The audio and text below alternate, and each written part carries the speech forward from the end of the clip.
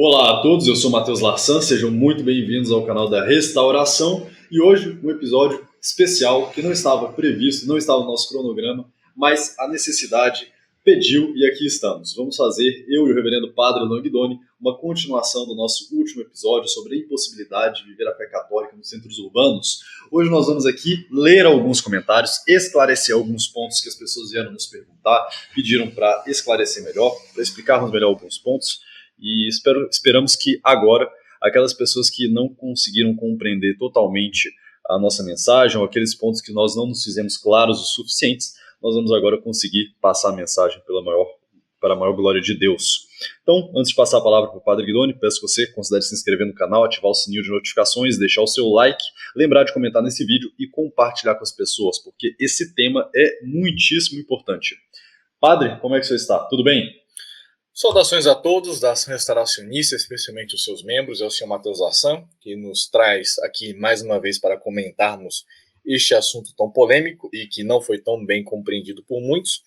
E estou ótimo, graças a Deus, continuamos na luta como sempre, só que um pouco consternados porque até mesmo nos nossos meios o povo parece que não entendeu muito bem. Eu creio que isso não é por falta de inteligência, tampouco por sabedoria, mas eu acho que foi o choque. Foi o choque, foi a surpresa. O povo não esperava isso, evidentemente. E talvez porque foi 2 horas direto numa conversa um tanto quanto informal, como as conversas com o clero. Isso aqui não é uma reunião, não é uma aula, literalmente uma conversa com o clero. Muitos não entenderam muito bem, ou entenderam parcialmente, ou não quiseram entender. Uns não quiseram entender. Ou entenderam outra coisa que não é aquilo que nós falamos. Também, eu acompanhei durante a semana os comentários. Tivemos muitos comentários nesse vídeo, tivemos muitas pessoas assistindo, inclusive fora da restauração assistindo, outros meios também. E os comentários em geral, a maioria foi de confusão, não entenderam muito bem o que está acontecendo, outros entenderam, outros nem tanto, e foi uma coisa bem confusa, ou seja, existe uma não compreensão geral da situação. Ou seja, o que é que o padre quis dizer? Não é para dar dinheiro, é para dar dinheiro, o dinheiro tem que queimar dinheiro, a gente tem que botar fogo em banco. Não é para trabalhar, é para trabalhar, como é que é? Tem que ir para o mato, tem que ir para os Alpes, tem que ir para a montanha, tem que ficar na cidade, tem que ir. Então foi uma confusão. Uma confusão, e bem, quando acontece isso, é próprio do sábio dividir e distinguir as coisas, como diz o filósofo, que nós vamos tentar fazer hoje. Então, acho que a melhor forma é pegar alguns comentários, selecioná-los e ir comentando alguns pontos principais e esclarecer aquilo que nós falamos no último vídeo e dar um panorama geral. O senhor quer falar alguma coisa melhor sobre isso, senhor Larsan? Porque o senhor conversou com pessoas, tem contato com outras pessoas e, bem, da minha experiência, a maior dúvida foi não tanto aquilo que foi dito, mas o que fazer. Isso. Ou seja, o povo escutou o mesmo vídeo, todo mundo escutou a mesma gravação, entenderam coisas diferentes, mas a grande questão é, ok, o que fazer agora? Eu estou na cidade, eu tenho que vender tudo e ir pro mato? Eu estou no mato, eu tenho que viver numa comunidade católica, o que eu faço? Então, o grande problema foi, o que a gente faz agora? E aí o pessoal não entendeu muito bem.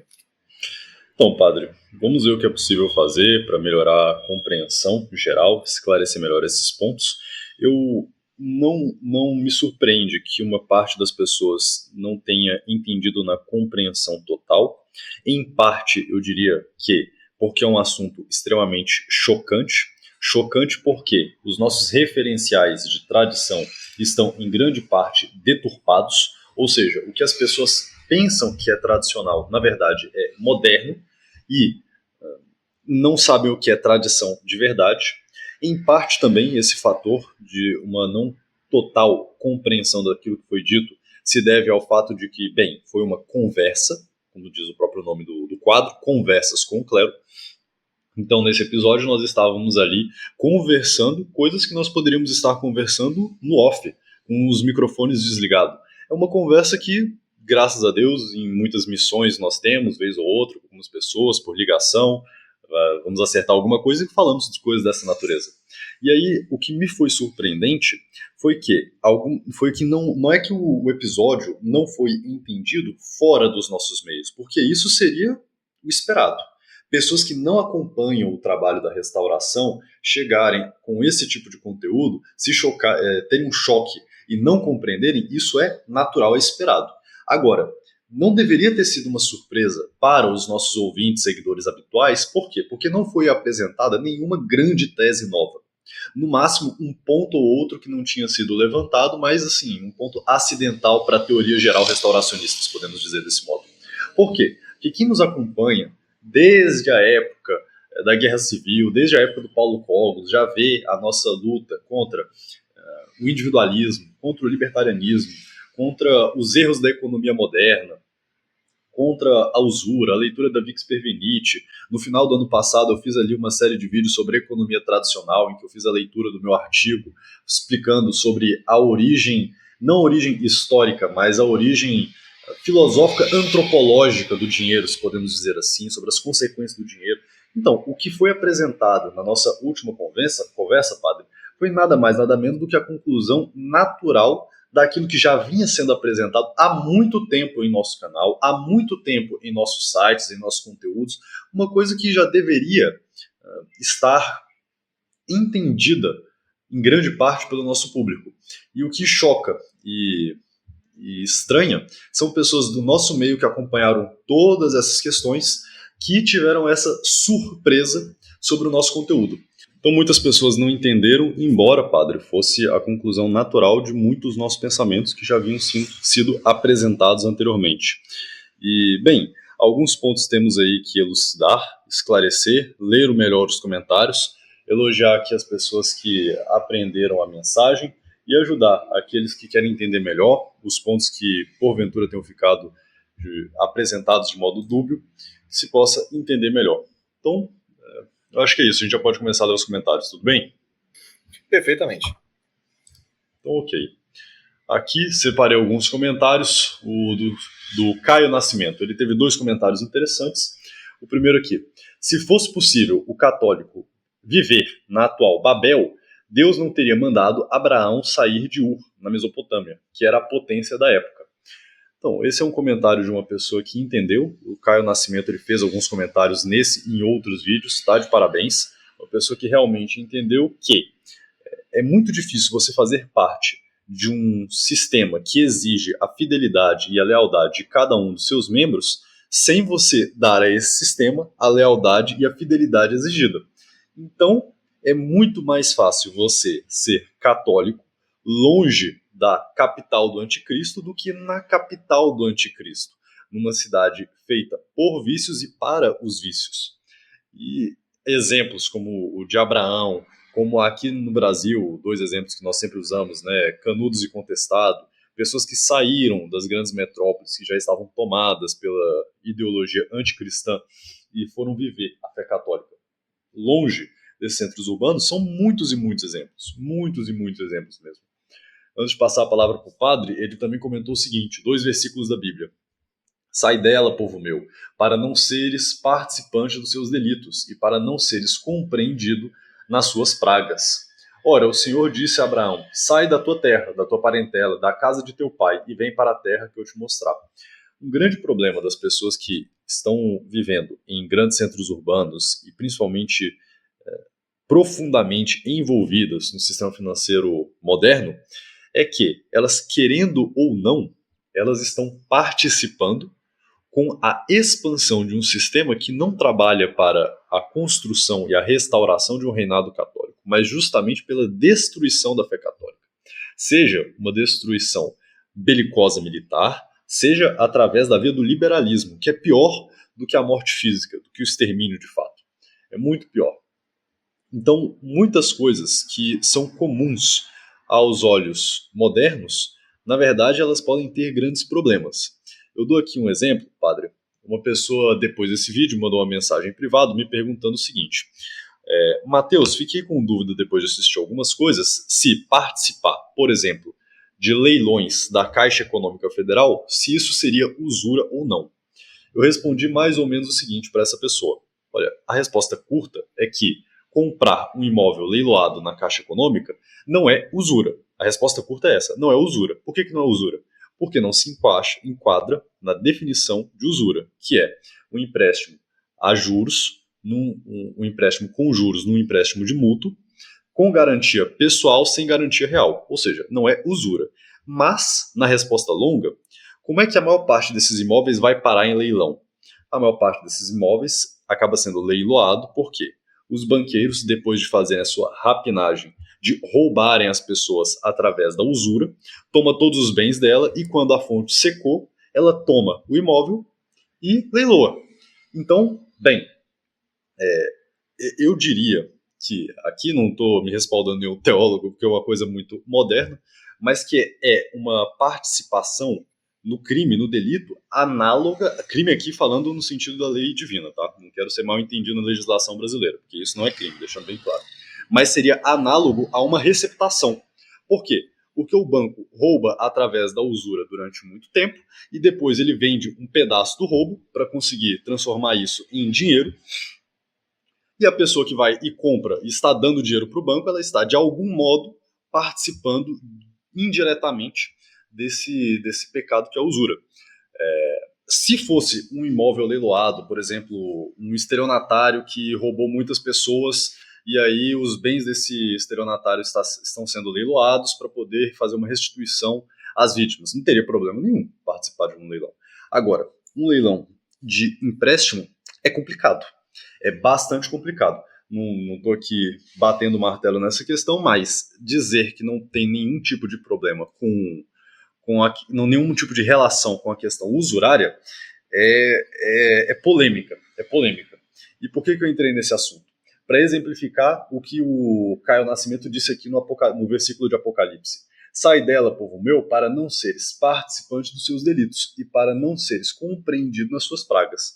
Então, uma pessoa que está participando desse tipo de negócios, de outros negócios também, que está fornecendo serviços, seja diretamente para um governo anticristão, seja através de prestação de serviços indiretos, atender os funcionários de um governo anticristão em suas demandas, legítimas ou não, é uma pessoa que está cooperando materialmente com a expansão desse sistema. E bem, você só ganha dinheiro dentro desse sistema se você estiver de acordo com os objetivos gerais desse sistema, porque quem não está é boicotado, perseguido. Então, é uma questão muito, muito complicada. E aí, digamos que, como houve ali em Sodoma e Gomorra, Deus resolva punir o conjunto. Aí o católico que está no meio, que está tentando ver uma fé católica num meio absolutamente anticatólico, o que vai acontecer com ele? Ele vai dizer o quê? Não, mas eu não tenho culpa. Não tem culpa de que modo? Né? Não tem culpa de que modo? Nós chegamos a falar isso num vídeo passado sobre um caso que teve uma polêmica naquele quadro da RCC, perguntaram lá para aquele professor Felipe Aquino se seria pecado trabalhar numa farmácia, porque o pessoal que trabalha em caixa de farmácia vende muitos produtos anticatólicos, pílulas anticoncepcionais e que atrapalham a reprodução, podemos dizer assim. E aí ele falou mais ou menos o seguinte: não, veja bem, porque o dono da farmácia peca, mas quem está trabalhando ali, por mais que esteja ajudando, bem, ele precisa alimentar seus filhos, não sei o quê. Então, agora, ninguém obriga uma pessoa a trabalhar numa farmácia. E a farmácia que, nesse aspecto, tem uma relação muito clara com o problema. Mas outras profissões, como, sei lá, um montador de móveis, pode não ter um pecado tão grave de modo imediato, mas na medida que ele faz parte de um sistema que, no todo, ele é anticristão, o que ele está fazendo é buscar uma forma pequena e individual, uma parcela de uma tentativa de conciliar o catolicismo numa escala muito pequena dentro de um sistema anticatólico.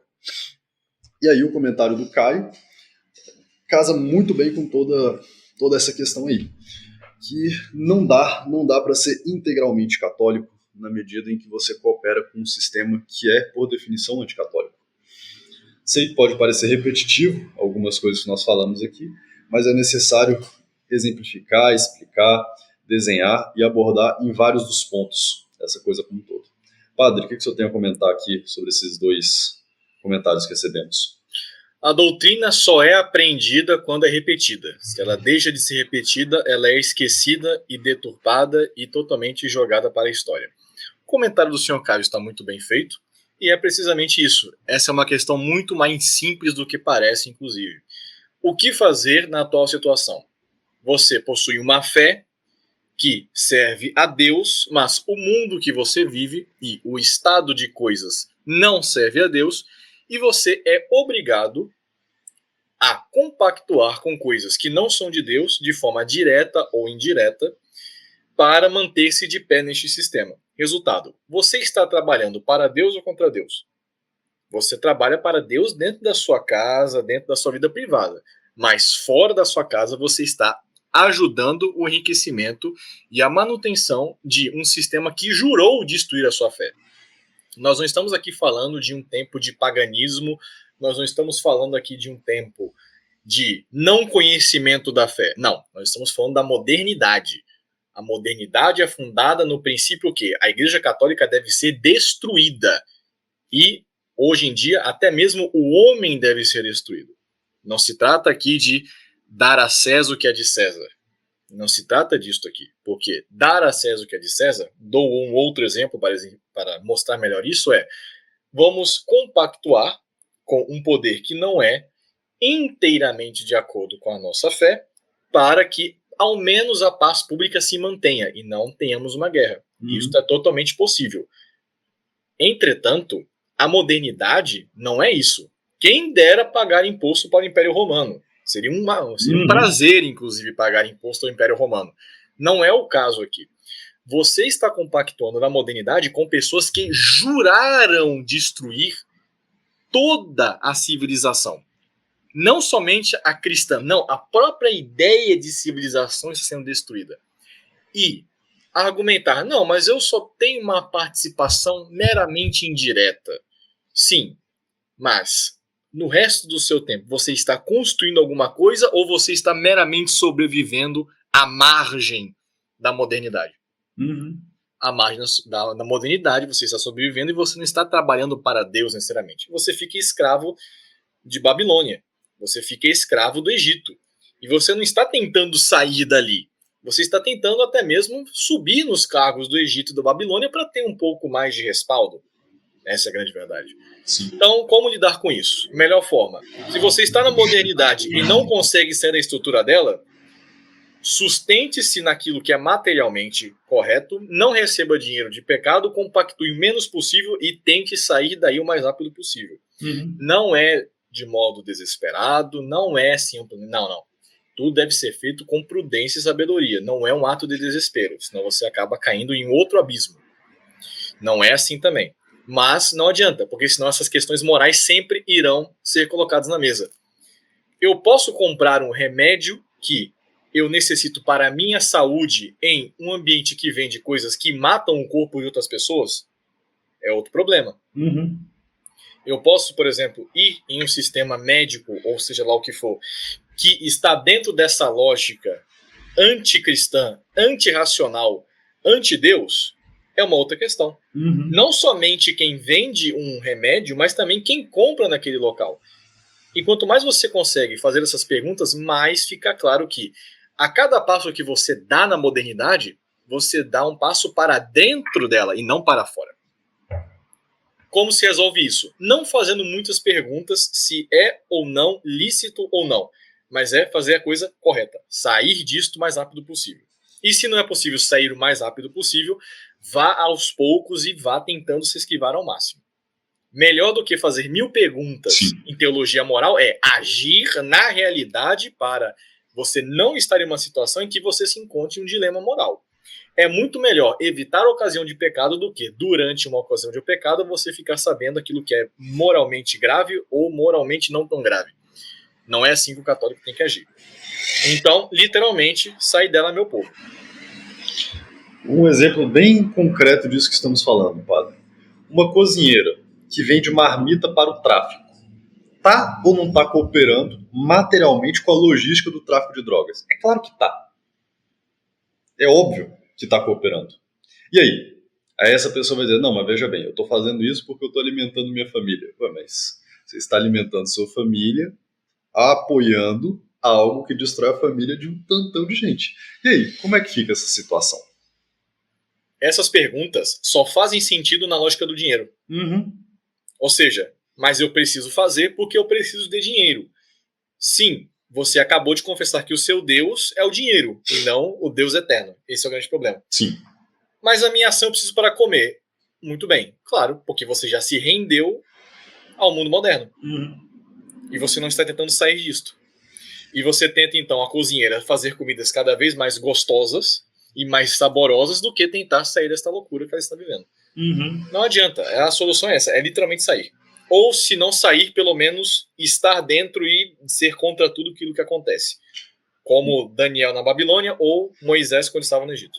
Então, no caso de uma cozinheira do tráfico, não seria prudente e eu não estaria recomendando para ela, entendi, que eu não posso cozinhar para o tráfico. Agora eu tenho que parar de fazer isso. Vai parar para ontem, porque essa pessoa provavelmente vai morrer. Não é assim que a coisa funciona na prática. Agora, ela tem que começar a pensar em uma transição gradual de modo prudente. Porque, nesse caso específico, ela poderia ter gravíssimas consequências para sua integridade física parar de fazer uma coisa dessa da noite pro dia. Então, aí como é que resolve essa situação? Pois é complicado. É complicado. Mas não só esse caso da cozinheira do tráfico, mas vários outros casos poderiam ser aplicados. Por exemplo, uma pessoa que faz contabilidade para um banqueiro, para um funcionário de banco.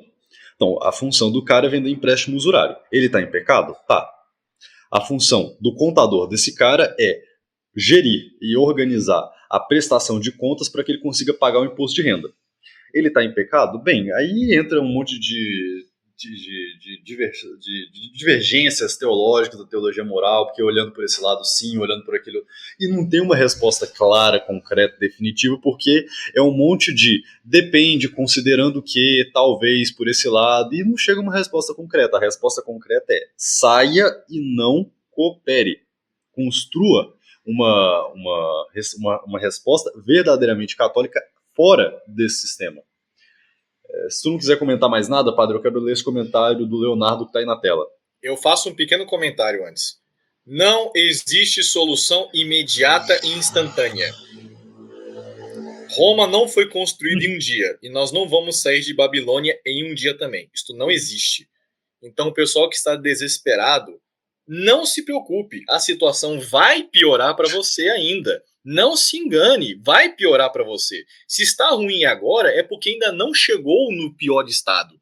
Então, antes que chegue no pior estado, tente fazer alguma coisa para que, quando a desgraça aconteça, você esteja um pouco mais precavido. Então, não se engane. Eu assisti o vídeo do Padre Guidoni, agora entendi o que tem que fazer. Não, você não entendeu nada. Por quê? Porque não é somente ouvir o vídeo, é ouvir, estudar, colocar em prática, e isto não acontece rapidamente. Exemplo, o próprio senhor Matheus Assan, que ficou muito tempo estudando essas questões. E não foi em um dia que se resolveu essa problemática. Nem no campo teológico, filosófico, político, econômico, não. É um processo que demora. Solução instantânea, não há resolução imediata. Isto demanda tempo, demanda estratégia. Não se faz um movimento sem pensar duas vezes antes. Senhores, calma. Paciência. Não é sair desesperado ou fazer um ato de loucura, não. Calma. Veja qual é a sua situação, veja como é possível desviar-se disso e vá na medida das suas forças. Não é possível dar um passo maior do que a perna, obviamente. E dizem que uma vez alguém perguntou para Santo Agostinho o que Deus estava fazendo antes de criar o mundo. Aí dizem que Santo Agostinho respondeu, ele estava ocupado criando o inferno para quem faz pergunta idiota. E assim, tem pessoas que comentaram no nosso vídeo algumas coisas que a gente fica pensando, essa pessoa assim, ela tá com uma dúvida mesmo, ou ela tá tentando fazer uma brincadeira, eu não tô entendendo. Porque perguntaram, por exemplo, mas você fala para não cooperar com o sistema, mas faz vídeo pro YouTube e o YouTube não é uma empresa católica. Assim, não tem como começar a responder uma coisa dessa, porque a pessoa não entendeu a parte que nós falamos assim, que Davi pegou a espada de Golias e usou contra Golias. E aí vai e me faz uma pergunta dessa, né? Não, é impressionante. E pior ainda, depois de nós explicarmos de forma bem pormenorizada, veja, senhores, por favor, nós não estamos contra a técnica. Não é contra a técnica, é contra o espírito da coisa. Então você tem que usar a técnica contra o espírito da coisa de uma maneira católica. Isso é fácil? Não. E no Brasil, tudo é um pouquinho mais difícil, porque o Brasil é o Brasil. Você sabe muito bem o que eu quero dizer com isso. E o pessoal não consegue entender isto. Então, por exemplo, o sistema moderno é mau. Ora, eu preciso beber água para manter-me vivo. Mas quem administra a água é o mundo moderno, o sistema de saneamento moderno. Logo, eu não posso beber água de modo algum, senão estarei pecando. Se você vai numa lógica assim, você chega nos absurdos dessa forma. Lógico. Tá? Tem gente que... E eu não duvido que existam pessoas no Brasil que cheguem a esse tipo de coisa. Eu não duvido. Greve de fome contra o mundo moderno. Eu não duvido que a gente veja isso por aí um dia. E falando, Padre Guidoni mandou fazer. Não duvido. Eu não tenho nada a ver com isso, mas já estou alertando. Senhores, entendam as coisas, pelo amor de Deus. Não saiam por aí pensando, não, eu vou fazer assim, não, veja bem. Porque senão, por exemplo... E entendam na medida que isso é aplicável para você. Teve uma pessoa que me falou, Matheus, eu queria muito sair daqui, mas eu estou cuidando da minha mãe que está doente. Vai fazer o quê? Vai sair de perto do hospital, vai morar na Amazônia, no meio do mato com sua mãe e ela vai morrer. Então, não é uma coisa prudente fazer isso assim, de modo impensado. É calma, gente. É aos poucos. Né?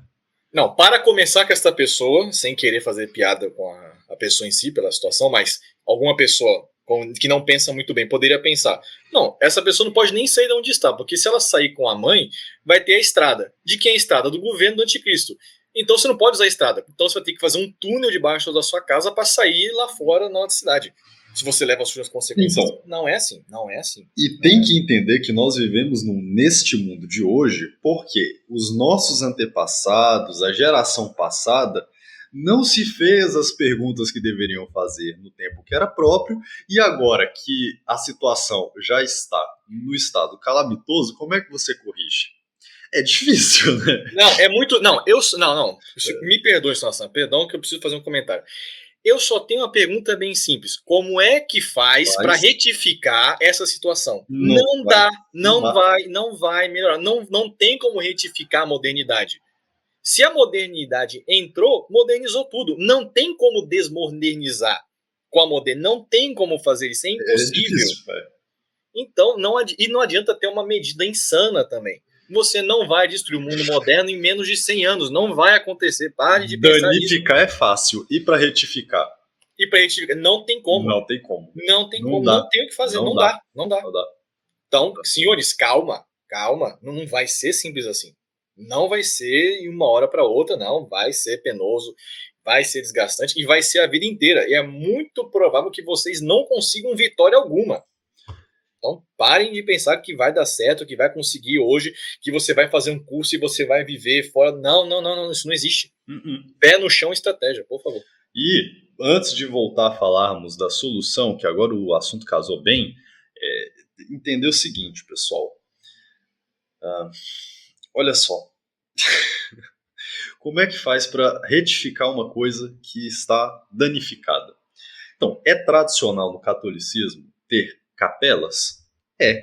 Por quê? Numa sociedade católica, é natural que as famílias queiram viver a fé católica, que famílias tenham filhos, que os filhos entrem no seminário, possam atender as suas famílias, as famílias de outras pessoas, e assim é tradicional que se tenha capela. Agora, o que não é tradicional é fazer um evangelismo paroquial. Explico. Não foi através da capelização que São Bonifácio converteu a Germânia. Não foi chegar no meio dos pagãos que estavam ali sacrificando criança, comendo gente, orgia, canibalismo, um problemão desse tipo. Não, vou criar uma paróquiazinha aqui e todo mundo vai se converter porque eles vão vir escutar o sermão. Não foi assim que as coisas se deram historicamente. E nós estamos numa situação pior do que a evangelização dos pagãos. Por quê? Porque se fosse simplesmente o paganismo tradicional, era mais fácil de resolver. Mas hoje é um anticristianismo paganizado. É muito pior. Chama a atenção uma coisa, senhor Matheus Lassani. Reza a lenda que o primeiro bispo do Brasil, chamado Bispo Sardinha, foi comido por índios, depois que naufragou. Então, muito bem, vamos mandar um bispo para o Brasil. Muito bem, foi comido. Parabéns. Abra uma paróquia. Abre uma paróquia, ninguém está entendendo nada. E é muito mais fácil catequizar um indígena do que um homem moderno. O indígena acredita que existe verdade. O indígena canibal, os caras que comeram Dom Sardinha poderiam ser convertidos. Hoje em dia é complicado. É complicado. Não, o indígena tinha alma, ele conseguia ver, tem Deus, tem o mal, tem o bem, tem o mal, e dava para ensinar alguma coisa. Hoje em dia, você entra num centro acadêmico, você tem uma coisa que é a nível mineral. Não existe senso transcendental. Não, zero.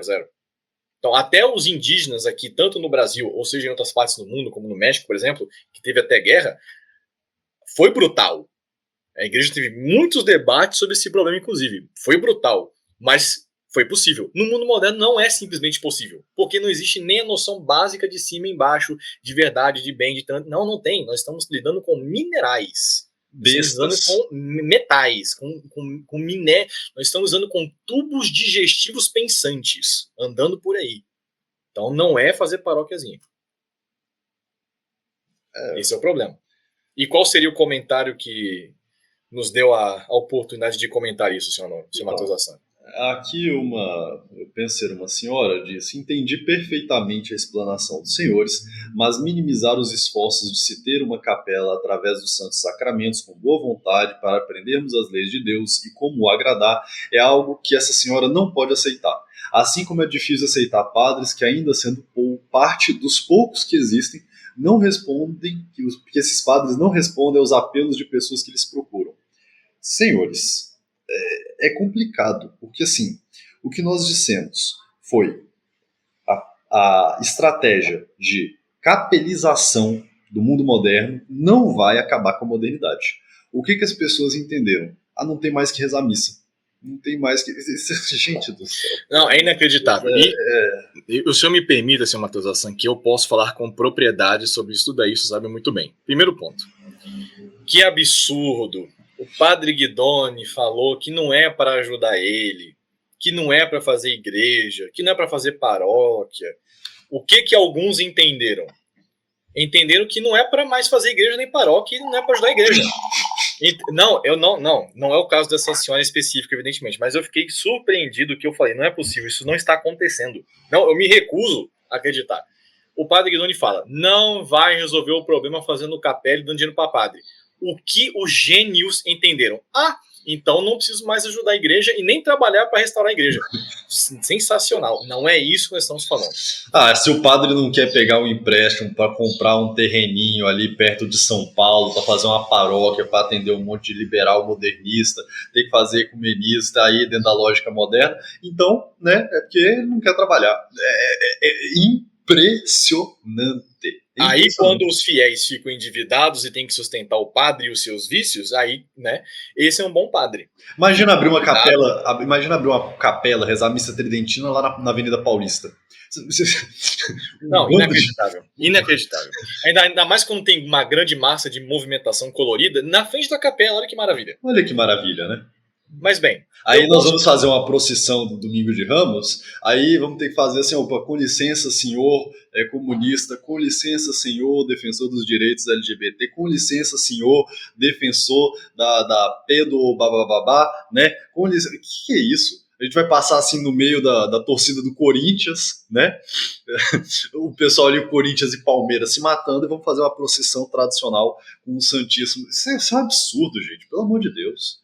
Pelo amor de Deus. Agora, eu posso falar com certa propriedade com isso, por quê? Porque, primeiro ponto, eu estou no clero e sei exatamente qual é o problema disso.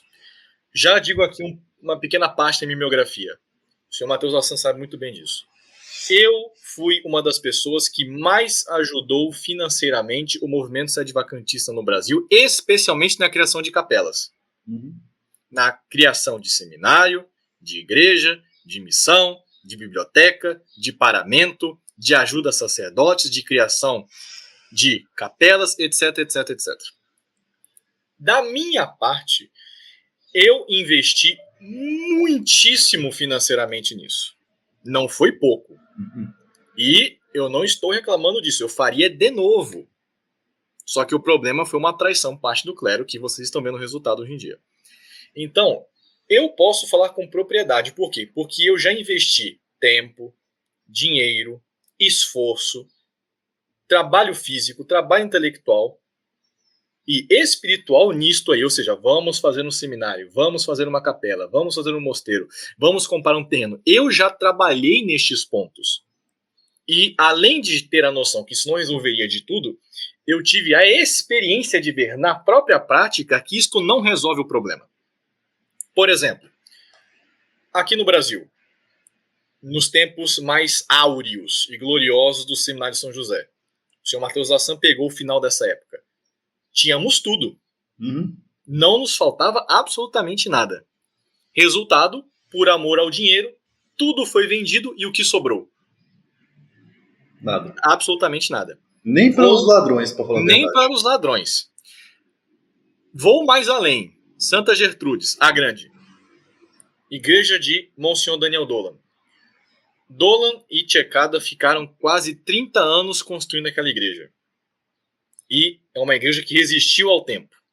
Resultado, morreu Dolan, morreu Tchekada. Quem assumiu? A tese. A igreja foi totalmente subvertida para a tese. Pois é.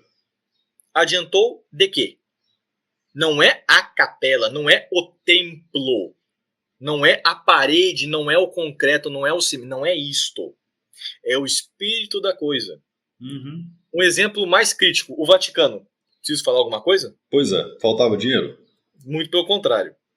Então, eu posso falar com propriedade. Eu investi financeiramente muitíssimo dinheiro na construção de seminário, igreja, capela, terreno, etc. No meu próprio bolso. Eu vi a coisa crescer e eu vi a coisa também morrer. E ela morreu pelo quê? O amor ao dinheiro. Então, eu gostaria de dar um exemplo na Sagrada Escritura para exemplificar isso. Porque podem dizer, não, isso é coisa da modernidade. Sim, é também. Mas isso é uma constante no clero. Qual o problema? Senhores, o clero não é confiável com dinheiro. Em que sentido? O clero, para servir a Deus, não pode estar na posse de grandes poderes pecuniários e financeiros, senão pode haver sim a degeneração. Este é um problema. Então, eu gostaria de ler aqui, senhor Mateus Lassan, uma parte da Sagrada Escritura que está no livro 2 de Reis, no capítulo 12, que se refere ao reinado do rei Joás. E eu leio aqui e faço um pequeno comentário depois. Então, segundo livro dos Reis, capítulo 12. No ano 7º de Jeú, reinou Joás. E reinou 40 anos em Jerusalém. Sua mãe chamava-se Sebia de Bessabé. E procedeu Joás justamente diante do Senhor todo o tempo, que foi dirigido pelo pontífice Jojada. Todavia, não tirou os altos, porque ainda o povo o sacrificava, e oferecia incenso nos altos. E disse Joás aos sacerdotes: todo o dinheiro consagrado que for oferecido no templo do Senhor pelos que passam, que se oferece por preço da sua alma, e que espontaneamente e ao arbítrio de seu coração trazem ao templo do Senhor, os sacerdotes o recebam segundo a sua ordem, e façam reparos na casa do Senhor, se virem que alguma coisa necessita de conserto. Mas, até o ano 23º do rei Joás, os sacerdotes não fizeram reparos alguns no templo. E o rei chamou o pontífice Jojada e os sacerdotes e lhes disse: por que não fazeis vós os reparos no templo? Não recebeis logo mais dinheiro segundo a ordem do vosso ministério, mas restituí-lo para os reparos do templo. E os sacerdotes foram proibidos de receberem mais dinheiro do povo e de fazerem os reparos da casa. E pegou o pontífice Jojada num cofre e fez-lhe abrir um buraco por cima, e o pôs ao pé do altar à mão direita dos que entravam na casa do Senhor, e os sacerdotes, que guardavam as portas, deitavam nele todo o dinheiro que se trazia ao templo do Senhor. E quando viam que havia muito dinheiro no cofre, vinha o escrivão do rei e o pontífice, e os despejavam e contavam o dinheiro que se achava na casa do Senhor. E depositavam por conta e por peso nas mãos dos que presidiam aos trabalhos na casa da fábrica do Senhor, os quais o dispendiam como os carpinteiros e com os predeiros, que trabalhavam na casa do Senhor. E faziam os concertos, e com os que cortavam as pedras, e para se comprarem as madeiras e as pedras que se lavravam, de maneira que se completasse o concerto da casa do Senhor, de tudo necessitava na despesa para se reparar a casa. Não se faziam, contudo, deste dinheiro que se trazia ao templo do Senhor, nem as talhas do templo do Senhor, nem os garfos, nem os turíbulos, nem as tombretas, nem vaso algum de ouro ou prata, porque se dava aos trabalhos, porque se dava aos que trabalhavam para se reparar o templo do Senhor. E não se tomava conta aos homens que recebiam dinheiro para se distribuir pelos trabalhadores, mas eles os empregavam com fidelidade. Não metiam, porém, no templo do Senhor o dinheiro por delito e o dinheiro pelos pecados, porque era do sacerdote. Isso aqui é um pequeno exemplo. Qual é o caso moral aqui? No tempo do rei Joás, estamos falando já da decadência do reino de Israel, pouco antes da Babilônia, um caso moral que os sacerdotes do templo passaram muitos anos sem fazer nenhum reparo na casa de Deus, que já estava, inclusive, profanada por muitas imundícies que já aconteciam. Essa ideia de que a degeneração religiosa começou somente depois da Babilônia é falsa. Antes já existia muitíssimo, especialmente depois de Salomão. Mas isso é outro assunto. Então você tem um caso que os sacerdotes não estão administrando bem o dinheiro que entra na casa de Deus, ou seja, no antigo templo, que é simbolicamente a igreja. Muito bem. O rei então disse: os sacerdotes estão proibidos de receberem dinheiro para si e todo o dinheiro será restituído ao conserto da casa de Deus. Ou seja, foi necessária uma intervenção do braço secular na igreja porque o clero não estava cuidando da igreja, não estava cuidando do templo. Este é o problema. Resultado: aquilo que aconteceu no Brasil e em tantas outras partes por aí, especialmente no sede-vacantismo, é exatamente a mesma coisa. Como funciona? O fiel vem com a melhor boa intenção do mundo. Padre, eu trouxe aqui para você 20 mil reais para construir um seminário, para ter vida religiosa e para restaurar a igreja. Um padre pega esse dinheiro e fala: sim, senhorazinha, sim, vai ser muito bem assim, vou rezar por você, não vai, vou colocar assim. Uma semana depois, esse dinheiro é completamente subtraído, não é usado na casa do Senhor e é usado para os vícios do clero. Eu não estou inventando esta história eu vi com meus próprios olhos.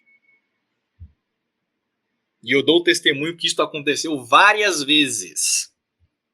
E isto acontece por quê? Porque muitas vezes o clero se perverte com o dinheiro. E isto não é na modernidade, não. Isto sempre foi uma tendência no mundo. E não somente em Judá naquela época, mas em todas as religiões. Isso sempre foi um problema.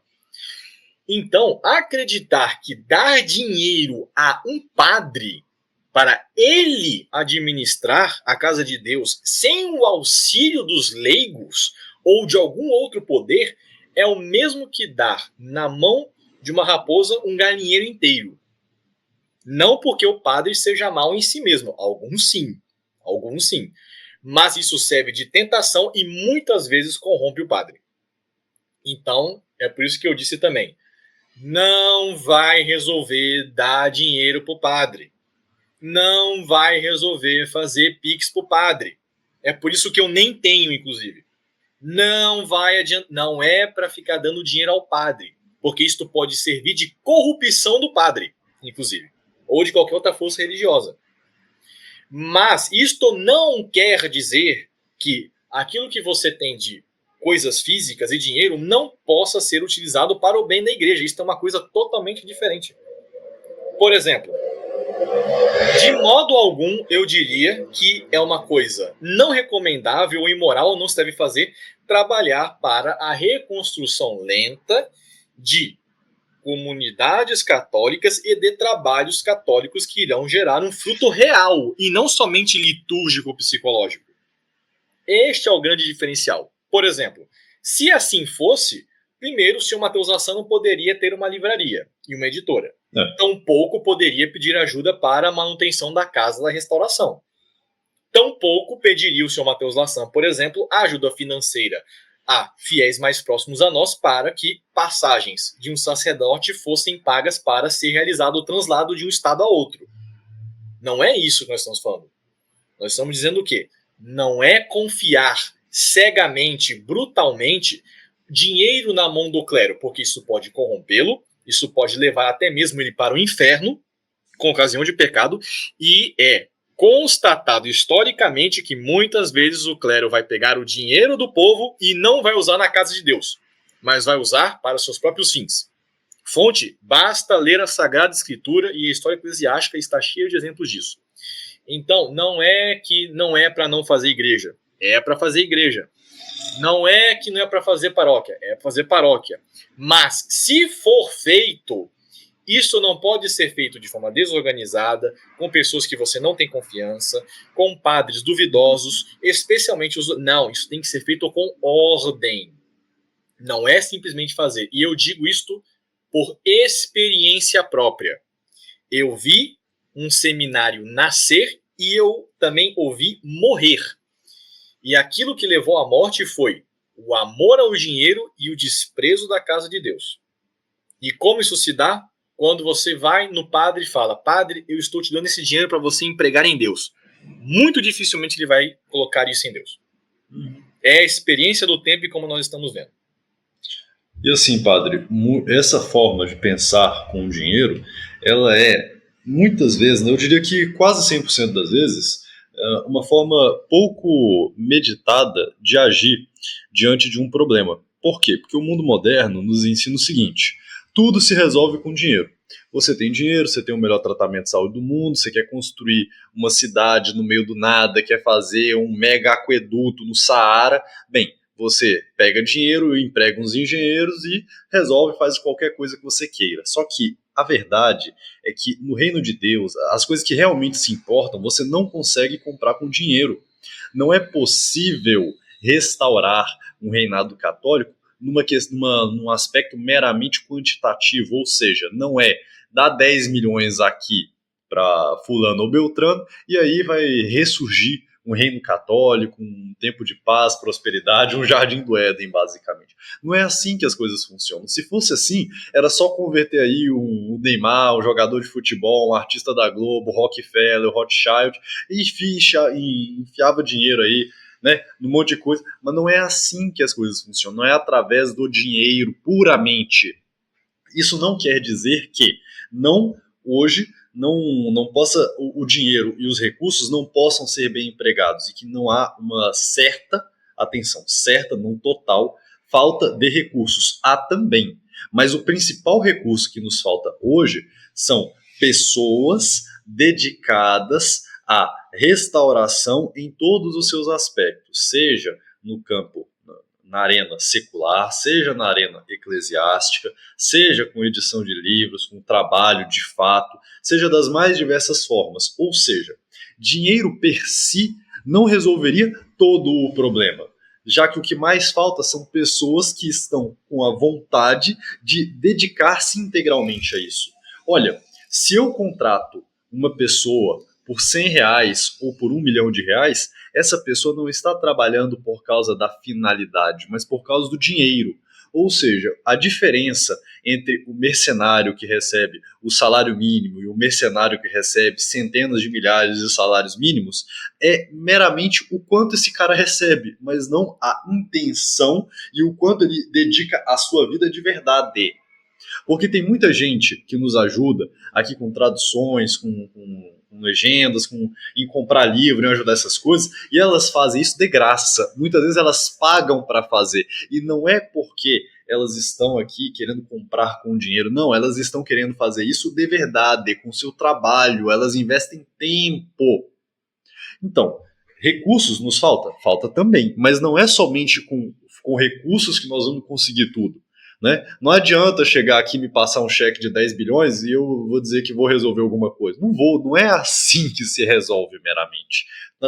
Eu acho que agora as pessoas estão começando a entender que sim, precisamos de recursos, mas não são os recursos pelos recursos. Não é fazer um empréstimo, né? Vender o carro, como já teve os sacerdotes que pediram por aí, vende o carro, faz um empréstimo para mim e tá tudo resolvido. Não é assim que as coisas vão se resolver. Não é mesmo. E o pior de tudo, pela primeira vez as pessoas estão pensando da seguinte maneira, ou melhor, se perguntando, quer dizer então que eu como católico tenho que trabalhar para o reino de Deus e eu não posso pagar alguém para fazer por mim? Não acredito. Quer dizer então que não basta eu dar dinheiro pro padre para ele ser católico ou não? Eu tenho que ser católico também? Não acredito, não é possível. Não é possível, não pode ser. Sim, é exatamente isso. É precisamente esse o ponto. E não é questão de dinheiro. São Francisco, por exemplo, restaurou, junto com São Domingos, o estado clerical da igreja e não tinha dinheiro algum. Muito pelo contrário, morreram completamente paupérrimos. Então, e normalmente, pelo que é o status das coisas hoje em dia, nós vemos que, tecnicamente, quanto mais dinheiro uma congregação sede vacantista tem, por exemplo, mais problemas ela vai ter. Então, por exemplo, pode pegar aí, né, os exemplos que vocês conhecem. Tem muito dinheiro, tem muito problema. Porque aonde o dinheiro entra, também o diabo pode entrar. Aonde o dinheiro não é aceito, o demônio não consegue fazer morada aí. Isso é um fato. Por exemplo, quanto custa o reino de Deus? Então. Só um burguês faria uma pergunta dessa. E existem burgueses que perguntam isso, inclusive. Atenção. Só da mentalidade burguesa que pensa, quanto que seria economicamente para restaurar a igreja? Então, se você fez essa pergunta, você se eu tivesse $1 milhão, eu iria ter um seminário em tal local, com tal programação de marketing, assim eu atrairia X pessoas. Se eu tivesse 30 candidatos por ano, desses 30 candidatos, metade desistiria tantos por ano, e aí em 5 ou 6 anos eu teria desses 30, três padres disso aí, então o retorno sobre o investimento de 10%, não é assim que se proclama, se expande o reinado de Nosso Senhor. Não é nesse modo empresarial da coisa. Não é assim. Né? E nós vemos que, enquanto essa loucura continuar, o problema vai continuar também, e o mundo moderno cada vez mais poderoso e a tradição cada vez mais fraca. Por quê? Porque vocês estão tentando fazer negócio com os donos do poder que querem destruir vocês. Então não adianta. Enquanto continuar essa loucura financeira, dinheirista no meio católico, não vai dar certo. Eu não estou dizendo que não é para fazer um bom uso do dinheiro. Tampouco estou falando que é para rasgar dinheiro. Não estou falando isto. Antes que dizem aí, o padre Guidoni mandou fazer uma fogueira e botar fogo no dinheiro. Não duvido que existem pessoas que pensem isso depois de assistir esse episódio. Então, por isso que eu estou me precavendo. Não, eu estou dizendo, use as armas do mundo moderno contra ele. Você não tem espada? Pega de Golias. Não tem problema. Qual é a dificuldade? E não é para mandar, olha, né, Golias está aqui, mas eu peguei a espada dele. Se podia matar ele para mim, eu te pago depois um dinheiro. Não vai e faz, meu Deus. Qual a dificuldade? Pois é. Nós falamos assim, olha, dinheiro não é a solução para tudo. Aí o que as pessoas entendem. Então não é mais para ajudar. Não, inacreditável. Não. Olha, como é que eu explico? Não, veja, apesar de você... Falando aqui claramente, às vezes o dinheiro pode ajudar sim.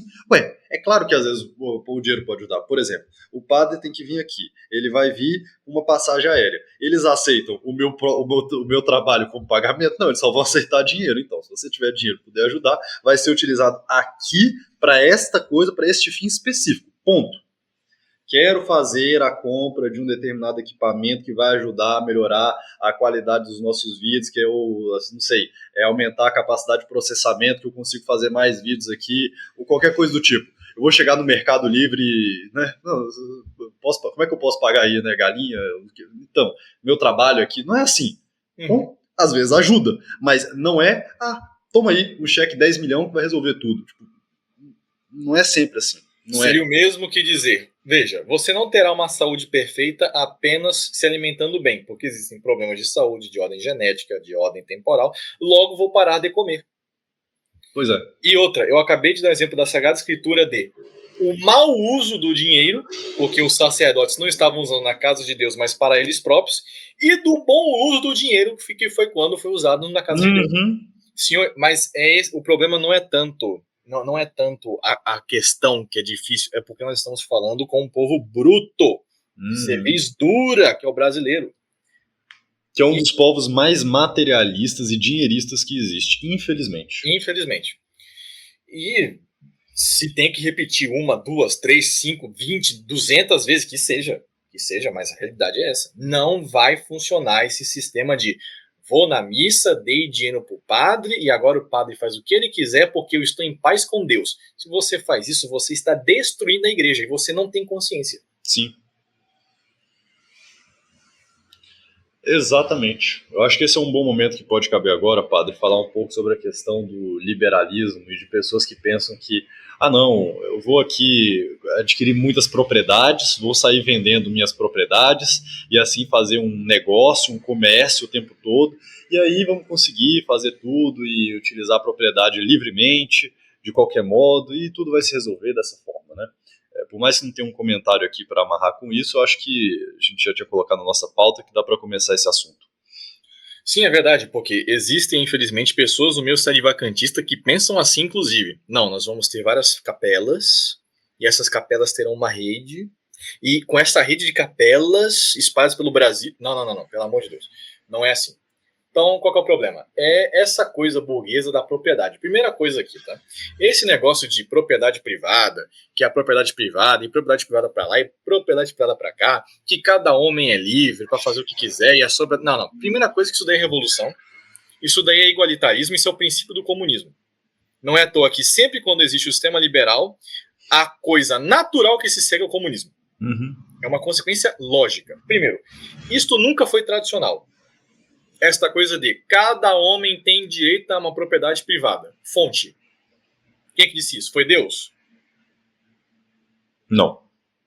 Ainda mais essa coisa. Eu vou cuidar do meu, o resto que se exploda. Não, isso não. Aí gera uma reação de, alguém tem que pensar no coletivo. Logo vem a falácia comunista marxista que vamos pensar no bem de todo mundo. É assim que enganaram o povo. Exato. Mas isso colou por quê? Porque ninguém mais pensava no bem comum, pensava cada um no seu próprio coletivo que se exploda. Então, é complicado, os dois estão errados aí. É por isso que, aonde tem burguês, não vai demorar para você ter revolta de camponês. Na própria Idade Média, nos feudos, você tinha revolta de camponeses quando o burguês aprontava. Sempre tinha. E jogavam a culpa nos nobres. Claro, porque os nobres às vezes se vendiam para os burgueses. Qual que é o problema aqui? Essa história de... Eu pego de um ponto histórico e venho para nossa questão atual, para ficar mais claro. Essa ideia de que todo homem tem direito à propriedade privada, individual... Não, isto é liberalismo. Isto não é de Deus. Isto não é tradicional. Para começar, que tradicionalmente você tem um senhor da terra que administra uma terra, e esta terra pertence ao senhor da terra. E aqueles que trabalham na terra do senhor da terra, ou seja, no modo de vassalo, suzerano, ou seja, de servidão, etc., essas pessoas não têm direito à propriedade privada. Não, elas estão trabalhando para uma pessoa que tem o poder nessa terra. Tem gente que fala que isso é terrível. Como isso é terrível se isso literalmente foi o sustentáculo de todas as civilizações antigas até a burguesia? Não faz o menor sentido. Essa história de que cada um tem direito a um pedacinho de terra, isto é igualitarismo barato, isto é revolucionário, que vai levar ao liberalismo crasso, que depois vai levar infalivelmente ao comunismo. Nunca falha. Então, essa história... E também, para explicar, porque aqui nós precisamos explicar, desenhar, explicar o desenho, desenhar a explicação, nós não estamos dizendo que o senhor da terra ele era livre para fazer o que ele quisesse, até mesmo contra os interesses daquele que ele tinha o dever de defender. Não é isso, que a pessoa pensa o seguinte, não, ele tinha o direito, ele era livre até para oprimir o outro. Não é que ele tinha essa liberdade, ele podia fazer as coisas pensando no bem comum dentro de uma estrutura, de uma civilização cristã. Agora, se cada um pudesse, não, eu vou vender aqui, eu serei paraibano na África, né? Eu vou vender aqui e vou transmigrar a minha comunidade paraibana, o meu jeito de ser paraibano fora da Paraíba. Não tem como. Eu sinto dizer a vocês assim que não tem como. Você tem que... As pessoas, elas tinham a sua vida, as suas tradições, a sua cultura ligadas à sua terra.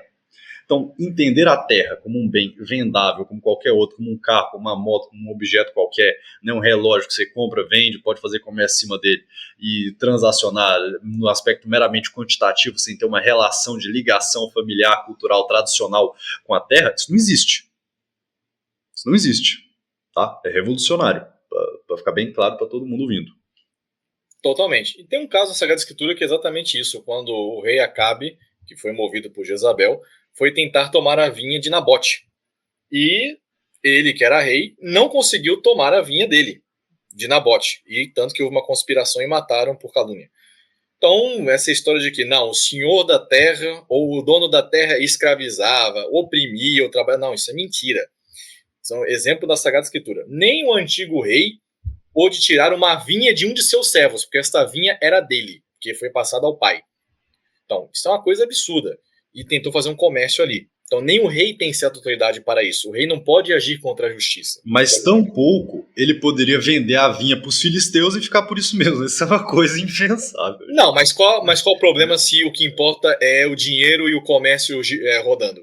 Se o meu rei, que tem a minha fé, me oferece um produto por menor qualidade, por que eu não posso comprar do povo inimigo? Qual o problema? Então. Na cabeça do burguês é assim. Uhum. Então, uma vez um sede vacantista disse para mim o seguinte: mas veja, Guidoni, eu ainda era seminarista.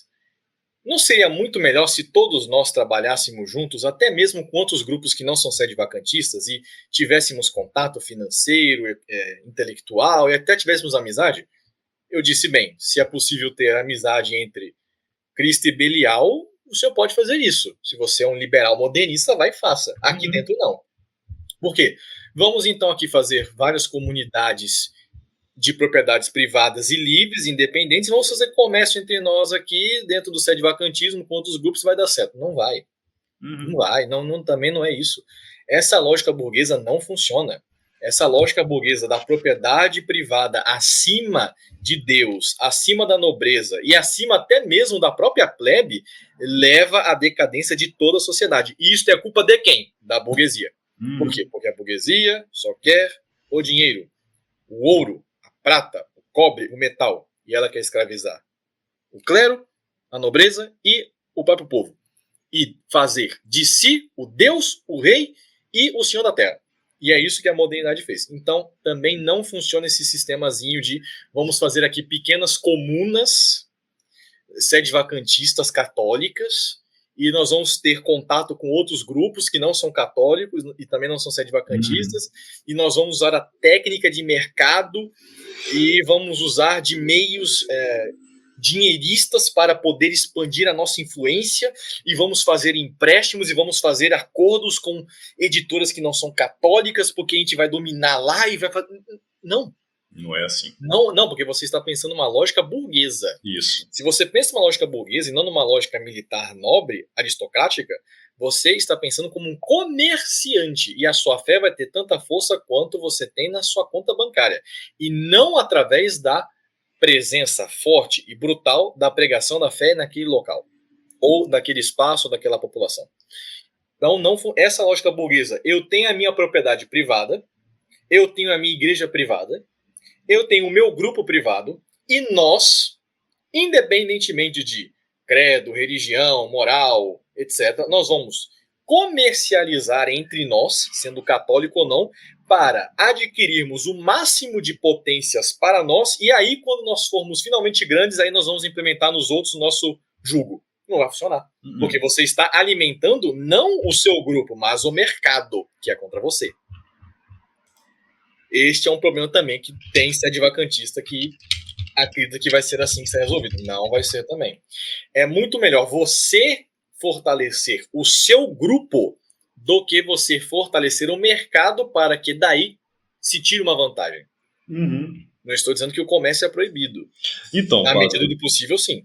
Sobre isso, essa questão da burguesia, esse foi um ponto que nós vamos explicar um pouco melhor, porque teve algumas pessoas que questionaram, mas vocês estão querendo dizer isso ou aquilo? Sim, queremos dizer exatamente aquilo que foi dito, mas precisa se explicar melhor para que fique mais contextualizado. Então, qual é a atividade própria do burguês? A atividade fim, aquilo que é mais característico do burguês, é o comércio. Ah, então quer dizer que se o padre compra uma galinha ou se o camponês vende os ovos da galinha, o nobre, ele compra ali um metal para forjar a sua espada, todos eles estão fazendo comércio do mesmo modo, logo todo mundo é burguês? Não, não é assim. Veja só, a atividade própria do médico é a medicina, é curar. Mas uma mãe, quando faz um chá para curar o resfriado do filho, ela está também exercendo a atividade de cura, mas nem por isso ela tem o direito de se auto-intitular como médica, ainda que esteja exercendo a mesma atividade naquele ponto que a atividade própria do médico. Então, não é porque você está fazendo um comércio qualquer que você pode dizer que é um burguês. Porque se for assim, né, gente? Então todo mundo é burguês desde sempre e tudo é burguesia. Tudo é burguesia. Exato.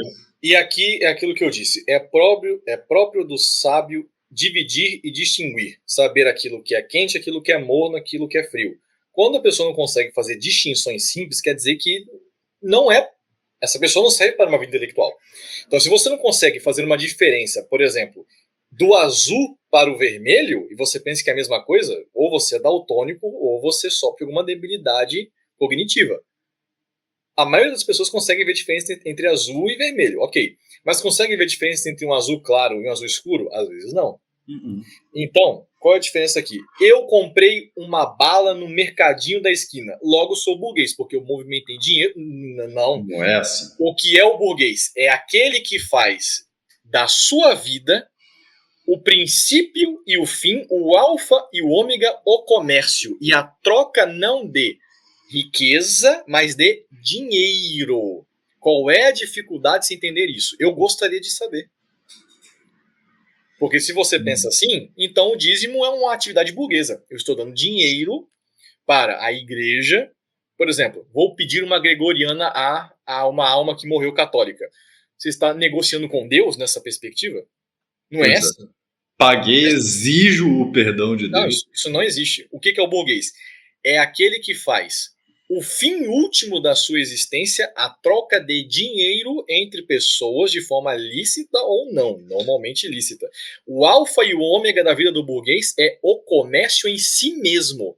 Não quer dizer que você faz comércio você é logo um burguês. Não, isso não existe, pelo amor de Deus. Isso é uma coisa que até mesmo os antigos já entendiam muito bem. Aristóteles mesmo dizia, existem dois comércios, a crematística doméstica e a crematística comercial. Ele fala muito claramente, a crematística doméstica, que é a troca visando a subsistência, ela é boa, ela é natural, ela é saudável, ela é boa tanto para as pessoas que a fazem, quanto para a comunidade como um todo. Agora, a pessoa que troca pela troca, visando o aumento quantitativo dos seus recursos materiais, visando somente os objetos pelo seu aspecto de troca e não pelo seu aspecto de uso, ou seja, enriquecer ou acumular pelo acumular, a ganância, isso é a perversão do verdadeiro comércio.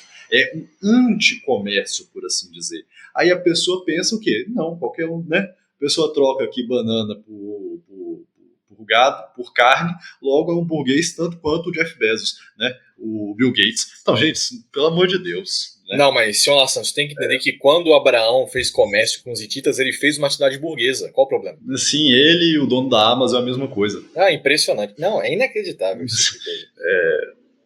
Não, tem que desenhar. Você vai ter que desenhar. Então você vai ter que fazer uma aula sobre isso. Não tem jeito. Explicando o que é burguesia. Assim, slide número 1. Atenção, crianças, para a próxima explicação. Infelizmente então, vai ter que ser isso. E aí, sobre a burguesia ainda, a gente vai complementar melhor, nós vamos complementar melhor numa aula futura, mas a burguesia é um grupo que existiu historicamente, mas que o seu espírito contaminou todas as outras classes sociais.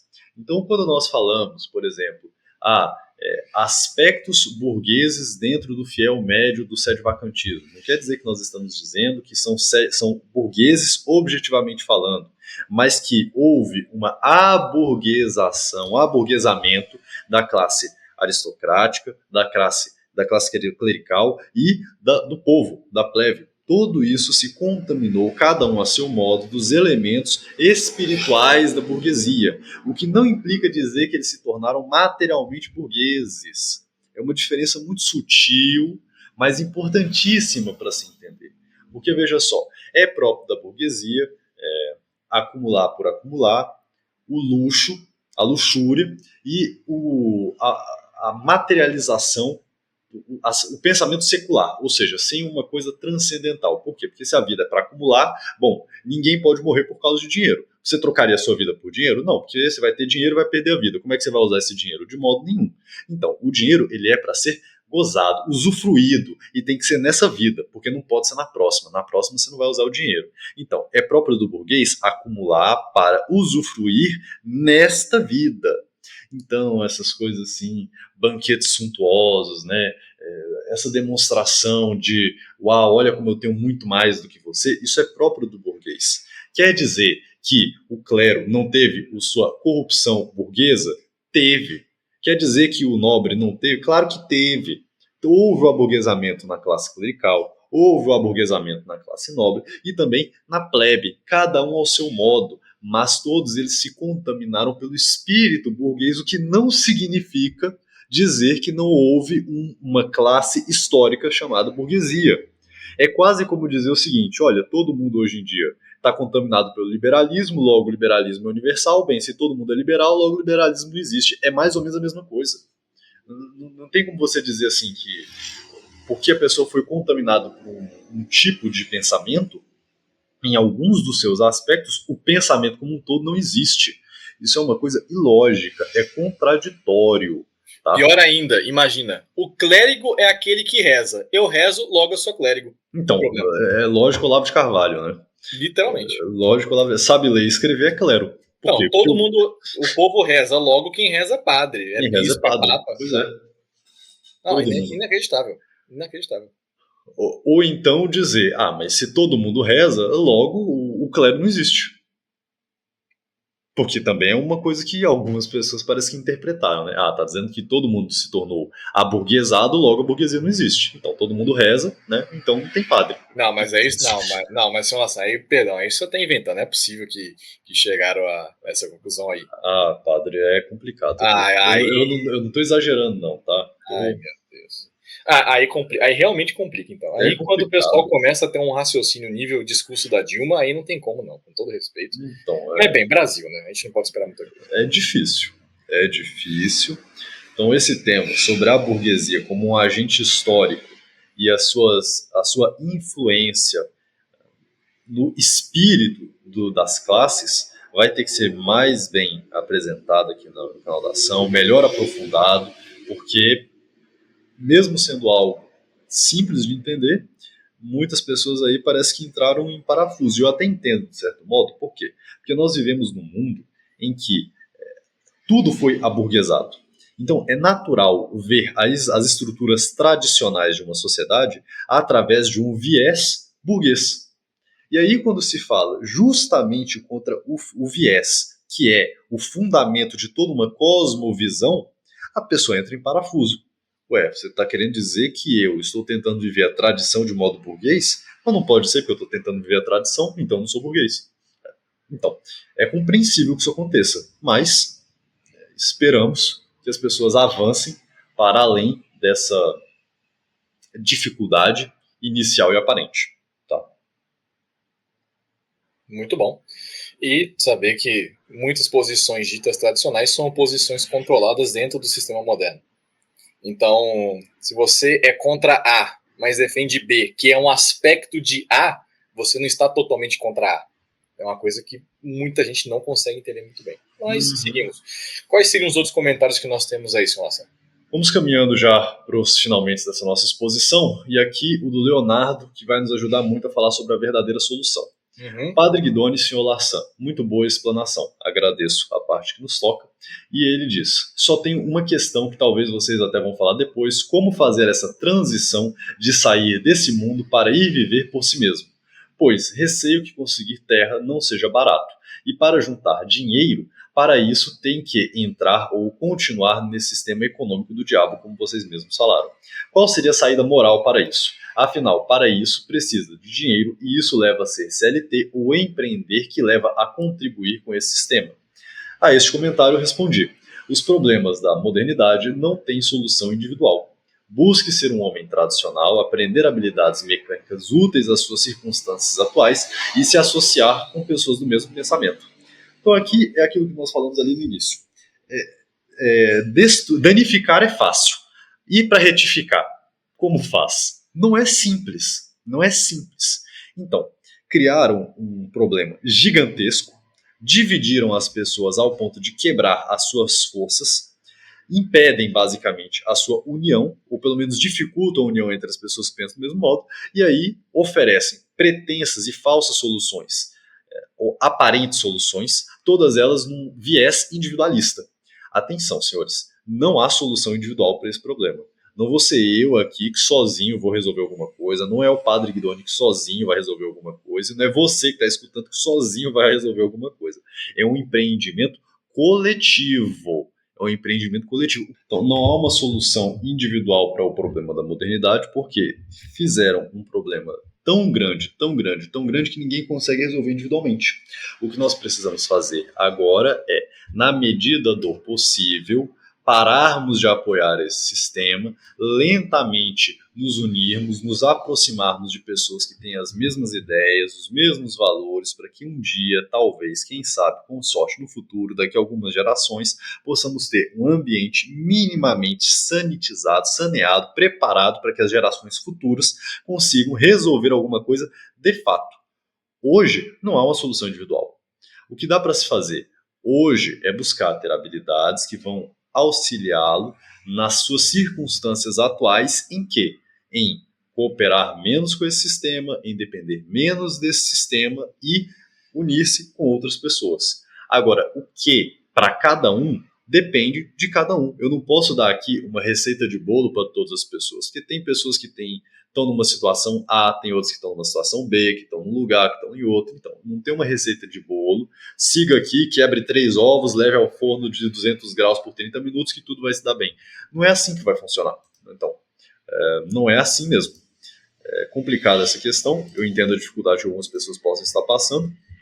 Mas, resumidamente, o que nós temos aqui é os caminhos para a restauração, um plano de reconstrução tradicional.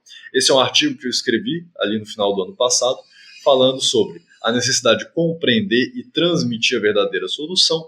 Eu recomendo que vocês leiam, é algo bem curtinho. Está aqui o campo prático, o campo intelectual, esfera pública, vida privada, as comunidades, e ali um passo a passo dentro daquilo que é possível fazer para melhorarmos a nossa condição e, quem sabe, um dia termos uma esperança melhor. Seria muito conveniente, muito fácil para mim e para o padre dizer o seguinte: olha, vocês passem o máximo de cheque que vocês conseguirem para o nosso nome aqui, que nós vamos resolver, confia. Então, só que nós não estamos querendo aqui simplesmente encher o bolso, né, viver uma vida burguesa, luxuriosa e encher os bolsos de dinheiro. Não é por aí o caminho. Nós queremos resolver de fato o problema. E o problema vai ser resolvido de fato se cada um começar a pelo menos tentar resolver na sua vida privada. Ao longo do tempo, as pessoas vão se unindo e aí nós vamos tendo alguma solução real e efetiva. Agora, no curto prazo, não dá para desfazer o problema. Não é da noite para o dia que isso aqui vai acabar. Tá? Tem outros comentários aqui para passar, mas, padre, sobre esse, quer acrescentar mais alguma coisa? Bem, essa pergunta que foi feita, o senhor já respondeu tem 4 meses, como o senhor mesmo disse, que está lá no artigo Caminhos para a Restauração e também nos outros textos que foram adicionados depois deste artigo que o senhor escreveu lá na Ação. Inclusive, novos artigos foram publicados recentemente sobre a questão econômica, segundo a teologia e segundo os documentos da Igreja, e não de uma perspectiva burguesa liberal, mas o que a Igreja diz sobre a questão do dinheiro. E grande parte dessas perguntas que o povo está fazendo agora foi porque somente agora está tendo a racionalização do problema de fato, sendo que ele já vem sido colocado na mesa há bastante tempo. Não é o caso da pessoa que escreveu agora, certamente existe um grau de compreensão mais elevado do que a maioria, mas essas perguntas essenciais e que não são colocadas já foram tratadas no passado. Então a melhor coisa a se recomendar é, evidentemente, o estudo, não adianta, isso não vai se resolver sem grande estudo primeiro. Mais importante do que ganhar dinheiro e tentar sair materialmente dessa situação é sair intelectualmente primeiro, senão você vai ficar preso para sempre. Então, primeiro passo, leia os artigos da Ação, especialmente sobre economia e política. E aí você vai entender um pouco melhor a questão que nós estamos falando aqui, do espírito das coisas, que animam as coisas, seja para Deus ou contra Deus. E aí, dentro da sua vida, o senhor comece a aplicar esses princípios. Essa atividade X que eu estou exercendo na minha vida privada, ela é tradicional ou ela é moderna? Ela está ajudando a igreja ou está ajudando o mundo moderno? Aquilo que ajuda o mundo moderno, você se aparta, ou se não é possível apartar-se totalmente, você vai lentamente saindo e você vai buscando um caminho mais tradicional na sua vida. De modo que, quanto mais longe da modernidade você estiver, melhor. Só que não há uma fórmula para isso, como bem falou o senhor Matheus Lassan. Não existe um passo a passo. Siga esses 5 passos e você terá a solução. Não existe isso, porque cada pessoa tem uma situação diferente, uma história diferente, um local diferente, e não há uma solução geral. Não há um método para isto. Existe aquilo que é a verdade e aquilo que é a mentira. A mentira é o mundo moderno, a verdade é a tradição. Você tem que sair da modernidade e ir para a tradição. Você não vai conseguir fazer isso se você não dá o primeiro passo, que é romper intelectualmente e depois na prática. Como se faz isso? Bem, estude, reze e trabalhe. Se não reza, se não estuda, não trabalha, não vai ser com dinheiro que você vai se libertar. Não vai. Até porque mesmo, tenho dinheiro, vou comprar minha terra. Você acha que as habilidades que você teve para conquistar esse dinheiro vão ser as mesmas habilidades necessárias para você conseguir se manter a partir do seu trabalho na terra? Em 95% dos casos a resposta é não. O cara ganha dinheiro como funcionário público, como comerciante, como programador, sei lá, um monte de coisa. O que vai ajudar? O que isso vai ajudar ele quando ele tiver a terra dele? Nada. E o pior de tudo, ainda digo mais, quem foi que disse que a terra que você comprou é tecnicamente sua? Então. Não vou entrar em pormenores aqui, mas quem disse que se tem o seu nome é seu? Pois é.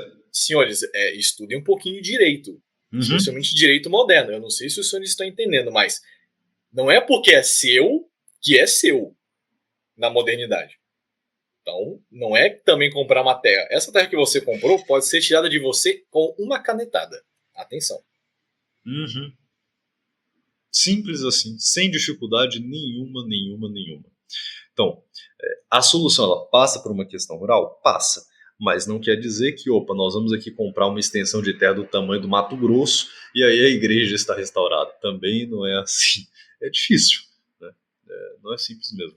Ou pior ainda, compramos uma fazenda no interior do Brasil. Muito bom. Vamos colocar só gente moderna. Vai dar certo, pode acreditar. Então, desastre total. Total. Mesmo que se faça tudo da melhor forma, um local adequado, com gente adequada, pessoas tradicionais, querendo viver a fé de modo tradicional, não é, mesmo que tudo estivesse muito bem alinhado, não vai ser aqui nos próximos 6 meses, 2 anos, que a gente vai resolver esse problema, né, pessoal? Não adianta. Nós precisamos, antes de mais nada, de homens fortes. Primeiro ponto, essencial. E pessoas que tenham um valor intrínseco e uma vontade de ferro. Enquanto não tiver isso, nem que você herde, nem que você ganhe e compre o Jardim do Éden, não vai funcionar de novo. Não é assim. Não é Enquanto assim. não tiver uma geração de ferro, não vai funcionar. Não vai dar certo. É lento o processo. É lento mesmo. O que nós estamos aqui, na melhor das hipóteses, pensando é um dia ter alguma coisa que possa viabilizar o surgimento dessa nova geração. Mas não muito mais do que isso, pessoal. Entendo que a situação é dramática, mas é isso mesmo. Mas, senhor Lassan, eu tenho aqui um dinheirinho, não é só pagar que resolve? Não estou entendendo. Pois é. Qual o problema? E aí eu fico muito consternado de pensar que nós veremos comentários talvez piores do que nós vimos nesse último vídeo. E me dói pensar que talvez ainda nós temos que fazer um outro vídeo respondendo a este vídeo que estamos gravando agora. Dá para imaginar? De pouco em pouco. Sim.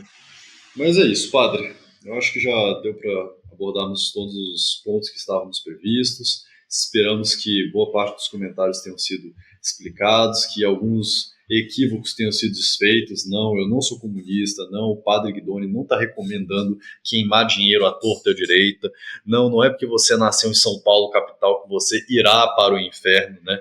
Daniel foi fiel, foi temente a Deus, mesmo morando na Babilônia, mas nós estamos dizendo que, embora seria bom que nós tivéssemos uma capela, um local que as pessoas pudessem viver a fé de modo tradicional. Não adianta botar uma capela ali na Avenida Paulista, né, na beira do, sei lá, do Guarujá, da Copacabana, que tudo vai se resolver magicamente. Não é assim que a coisa funciona.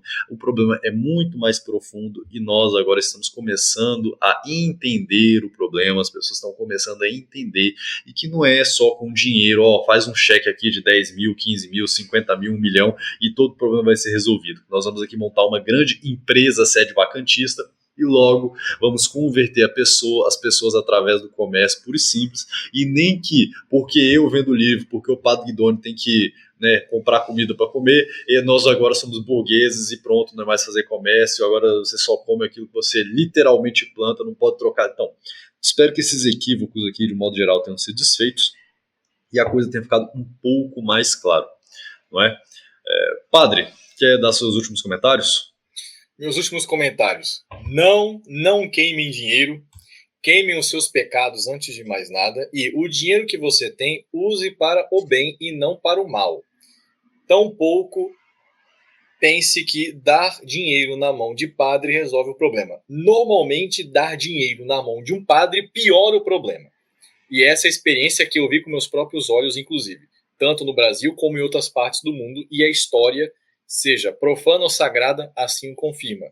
Depois, essa história de que vamos fazer uma empresa sedevacantista que irá competir com outras empresas sedivacantistas e de outras posições, e nós vamos vencer o mundo moderno pela economia, pela defesa da propriedade privada, pela nossa livre iniciativa, e nós vamos competir com outras pessoas, e aí nós vamos criar uma nova sociedade baseada na propriedade privada e na competição. Isso também não funciona.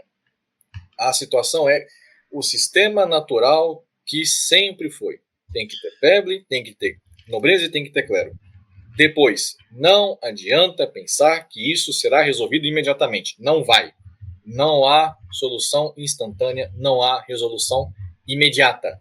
Isto vai demorar, isto não será nessa geração, e é necessário viver esse exílio, esse cativeiro, porque aqueles que vieram antes de nós pecaram e nós estamos aqui por causa deles, mas é nosso dever fazer o máximo possível para sair dessa situação. E se não o fizermos, seremos também nós culpados. Nós estamos tentando resolver o problema que ninguém parece que percebeu antes, pelo menos no meio sedevacantista ou tradicionalista, entre aspas, católico. Então, não adianta. Dinheiro não adianta. Propriedade privada tampouco adianta os poderes da economia ou do comércio. Não é isso. Nós precisamos de homens com uma alma e com uma vontade inquebrantável, literalmente de aço, de ferro, que não irá se dobrar ao mundo e que irá trabalhar para salvar a tradição e destruir a modernidade. Enquanto não houver uma reforma da alma, do intelecto e tudo aquilo que é a vontade humana, mesmo se você estiver no jardim do Éden, sem modernidade, sem influência do mundo moderno, você ainda assim irá pecar, você ainda será um princípio de desordem. Este é o ponto. Não é possível restauração através do dinheiro. O dinheiro é um meio, não é um fim. Nós não somos burgueses. Entendam isso, por favor. Então, nós vamos repetir isso até o fim dos nossos dias, se Deus nos dar as graças de perseverarmos. Mas não pensem em ganhar dinheiro.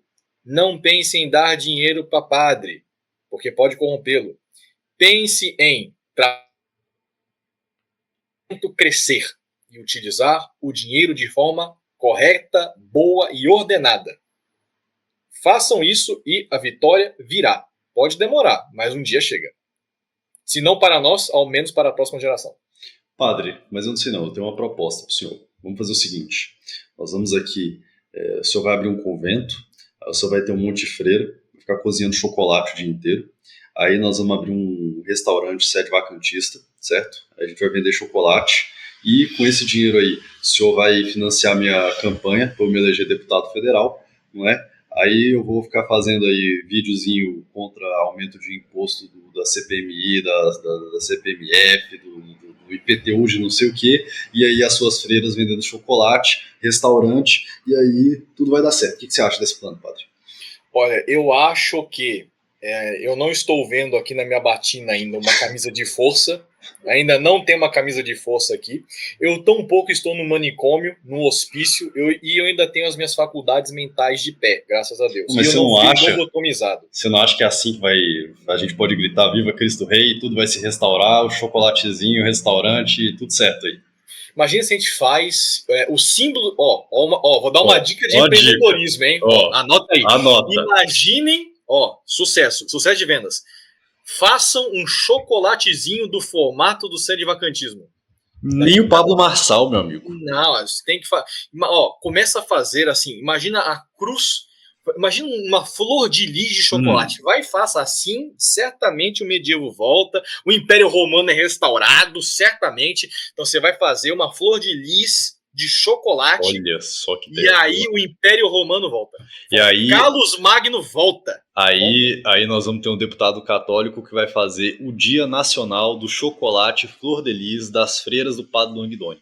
E aí acabou. Resolveu Fantástico. Resolveu tudo. Vamos fazer um quirô e vamos vender na Turquia. Então, a gente vai então. O tapete da restauração e acabou. Nós vamos para a Turquia, a gente vai para Constantinopla. Eu me recuso a falar Istambul, o nome certo é Constantinopla. A gente vai para Constantinopla e vamos vender chocolates com o quirô de Constantino e nós vamos derrotar o Islã assim. Vai funcionar, eu tenho certeza. Eu acho que vai, viu? Não, Covadonga foi assim, a Reconquista foi assim, porque os espanhóis, eles vendiam chocolate para os mouros, e aí deu certo, né? Olha, senhores, por favor, eu sei que tem muita gente doida no sedvacantismo, mas tentem manter a sanidade, por favor. E também a diabetes baixa, porque não vai fazer bem para a saúde. Padre, mas aí quando o senhor vier aqui a próxima vez, eu vou te levar ali no restaurante japonês e a gente vai discutir os planos para uma restauração. O que você acha desse plano, padre? Não, só se a gente então discutir como fazer uma bomba caseira dentro de casa atômica, né? Aí tudo bem. Já que é no Japão, ali na Nagasaki, a gente consegue. Não, restaurante japonês aí, a gente pega um vinho francês aí de 30 anos atrás e aí nós vamos aqui discutir os planos para uma restauração no melhor restaurante da cidade. Na Sexta-feira Santa, Claro. Não, na Sexta-feira Santa você sabe, né, padre? Lagosta, né, porque é para manter a lei canônica. Não pode comer carne. Impressionante. Mas vai dar certo sim, senhores. Esse sedvacantismo vagabundo vai funcionar. Vai funcionar. Então, vai sim. Creia fortemente e faça chocolate fortemente, uma hora vem. Impressionante. Então, se o padre não tiver sala VIP no aeroporto, como que faz, padre? Não tem restauração desse jeito. Não dá nem pra fazer missão desse jeito.